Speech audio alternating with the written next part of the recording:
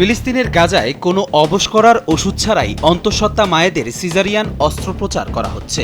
হাসপাতালে বিদ্যুৎ বন্ধ করে দেওয়ায় লাইফ সাপোর্টে থাকা নবজাতকরা মারা যাচ্ছে এবং পরে তাদের পচাগলা দেহ উদ্ধার করা হচ্ছে। দীর্ঘ কয়েক দশক ধরে ফিলিস্তিনিদের বংশ মুছে দিতে ইসরায়েল যে পদ্ধতিগত প্রজনন গণহত্যা চালাচ্ছে, আন্তর্জাতিক গণমাধ্যম মিডল ইস্ট আই এর প্রতিবেদনে উঠে এসেছে এই ভয়াবহ তথ্য। যুক্তরাষ্ট্রভিত্তিক সংগঠন ফিলিস্তিন ফেমিনিস্ট কালেকটিভ ও আন্তর্জাতিক গণমাধ্যম নোভার মিডিয়া ও মিডল ইস্ট আইয়ের সাম্প্রতিক অনুসন্ধানে ইসরায়েলের এক নতুন অন্ধকার অধ্যায় উন্মোচিত হয়েছে।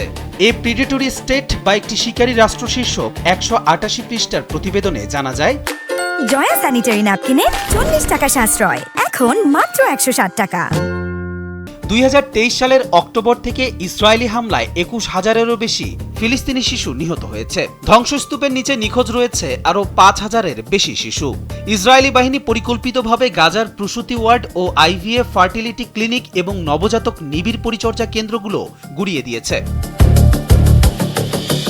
প্রতিবেদনে উঠে এসেছে দুই মায়ের বুকফাটা আর্তনাদ।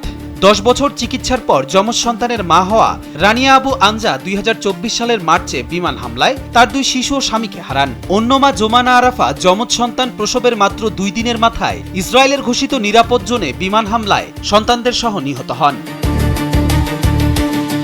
আন্তর্জাতিক গণমাধ্যম নোভারা মিডিয়ার নতুন তথ্য অনুযায়ী শুধু গাজাই নয়, ইসরায়েলি গোয়েন্দারা এসকাত নামক সামরিক কৌশলের মাধ্যমে ফিলিস্তিনিদের ব্যক্তিগত ও লিঙ্গভিত্তিক তথ্য চুরি করেছে এবং তা ব্যবহার করে ব্ল্যাকমেইলের মাধ্যমে তথ্যদাতা হতে বাধ্য করছে।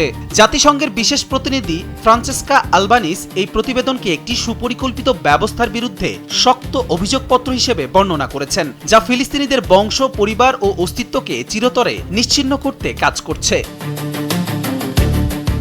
কবির চৌধুরী, জয়, কালবেলা।